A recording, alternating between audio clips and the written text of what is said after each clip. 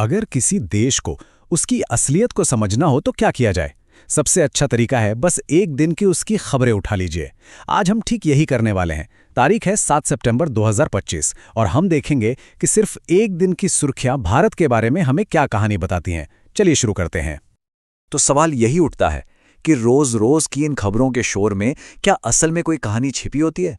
क्या इतनी अलग अलग घटनाओं को जोड़कर कोई एक बड़ी तस्वीर बनती भी है? चलिए आज इसी उलझन को सुलझाने की कोशिश करते हैं। देखते हैं कि ये सब बिखरी हुई खबरें मिलकर हमें क्या दिखाती हैं। पहली खबर, और काफी भारी खबर, बाढ़ से बुरा हाल। देश का एक कोना, प्रकृति का ऐसा कहर कि जिंदगियां पानी में डूब रही हैं। सीधी सीधी एक आपदा की तस्वीर। लेकिन ठीक उसी वक्त एक और खबर आती है, इतिहास रचा। जहां एक तरफ तबाही है, वहीं दूसरी ओर जश्न का माहौल। हजारों मील दूर एक ऐसी जीत मिली है जिसने सबका सिर गर्व से ऊंचा कर दिया। और फिर इन दोनों के बीच में एक तीसरी खबर, 7 करोड़ लेकर फरार। ये है भरोसे के टूटने की कहानी। एक ऐसा धोखा जिसने न जाने कितने सपनों को तोड़ दिया। तो देखिए, तबाही, कामयाबी और धोखा, ये तीनों एक ही दिन की सुर्खियां हैं। शायद यही है भारत का एक आम दिन, एकदम विरोधाभासों से भरा हुआ। तो चलिए अब इन बिखरी हुई खबरों को एक एक करके समझते हैं। शुरुआत करते हैं मौसम से, क्योंकि उस दिन प्रकृति ने भी अपने दो बिल्कुल अलग अलग रंग दिखाए थे। देखिए ये कितना दिलचस्प है, प्रकृति का दोहरा रूप। एक तरफ जमीन पर तबाही मची थी, पंजाब, राजस्थान, उत्तराखंड सब बाढ़ और भूस्खलन की चपेट में। और वहीं दूसरी तरफ आसमान में एक अद्भुत नज़ारा था, एक शानदार खगोलीय घटना। मतलब एक ही आसमान के नीचे एक जगह विनाश तो दूसरी जगह विस्मय, दोनों एक साथ। 46 ये सिर्फ एक नंबर नहीं है, ये 46 जिंदगियों की, 46 कहानियों की खत्म होने की खबर है। पंजाब की बाढ़ ने 46 जानें ले लीं, और ये नंबर हमें हमेशा याद दिलाता है कि किसी भी आपदा की असली कीमत इंसानी जिंदगियों से ही चुकाई जाती है। और ये तबाही सिर्फ जानों तक ही नहीं रुकी।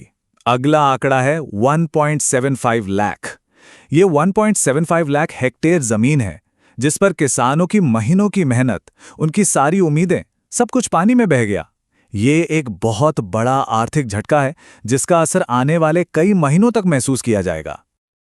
लेकिन इतनी मुश्किल के बावजूद देश रुका नहीं। एक तरफ सरकार और प्रशासन हरकत में आए, राहत और बचाव का काम तेजी से शुरू हुआ। और वहीं दूसरी तरफ मुंबई की सड़कों पर लोगों की आस्था देखिए, उनकी जिंदा दिली देखिए। भारी बारिश के बीच भी गणपति विसर्जन का उत्सव चलता रहा। तो ये तो हुई मौसम की बात। अब चलते हैं राजनीति के अखाड़े में।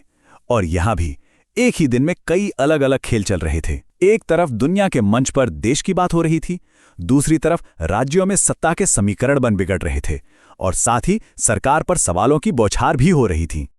इस टेबल से उस दिन की पूरी राजनीतिक तस्वीर साफ हो जाती है।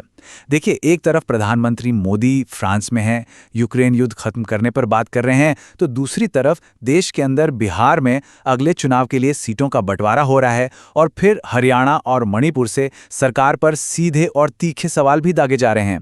यही तो है राजनीति, जहां इंटरनेशनल डिप्लोमेसी और लोकल मुद्दे सब एक साथ चलते हैं। न्याय में देरी, न्याय न मिलने के बराबर, ये गौरव गोगोई का बयान है, और ये उस दिन की एक बहुत जरूरी आवाज थी। ये सिर्फ एक पॉलिटिकल स्टेटमेंट नहीं था, ये 260 मौतों के बाद मणिपुर की हालत पर न्याय के लिए एक पुकार थी।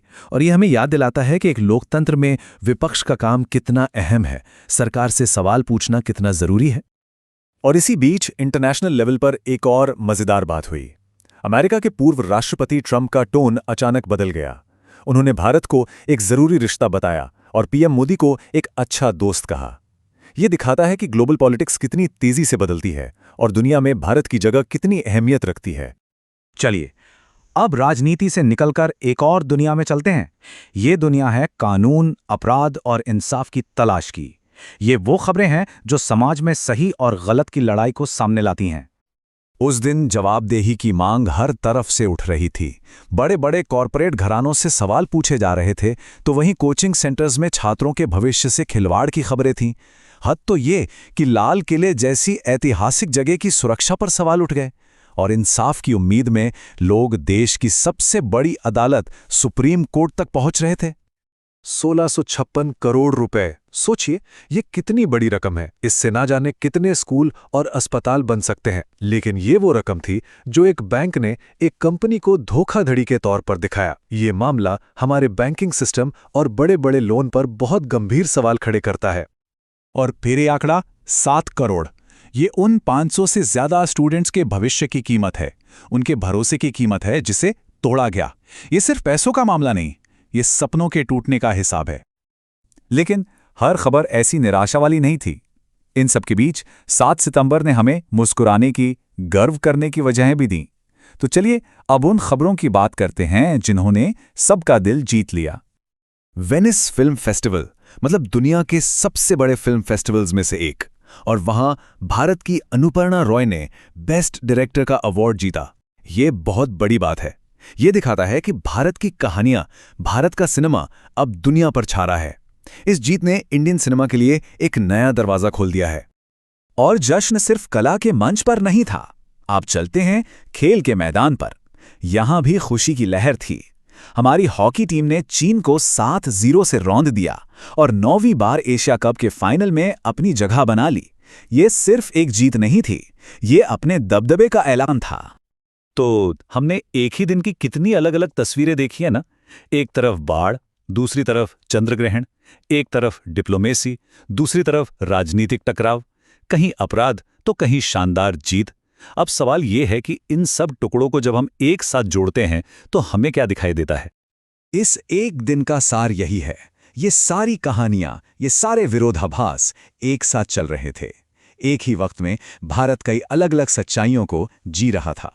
ये तस्वीर है एक ऐसे देश की जो जटिल है, जिसमें विरोधाभास हैं, लेकिन जो जिंदादिली से भरा हुआ है, जहां हर दिन चुनौतियां और मौके दोनों एक साथ आते हैं। और आखिर में ये सब हमें एक बड़े सवाल पर लाकर खड़ा कर देता है। अगर सिर्फ एक दिन की कहानी में इतनी परतें हैं, इतनी गहराई है, तो सोचिए कल का दिन क्या कहानी सुनाएगा, कल की सुर्खियां क्या होंगी, और वो सब मिलकर हमारी इस यात्रा के बारे में हमें क्या बताएंगी।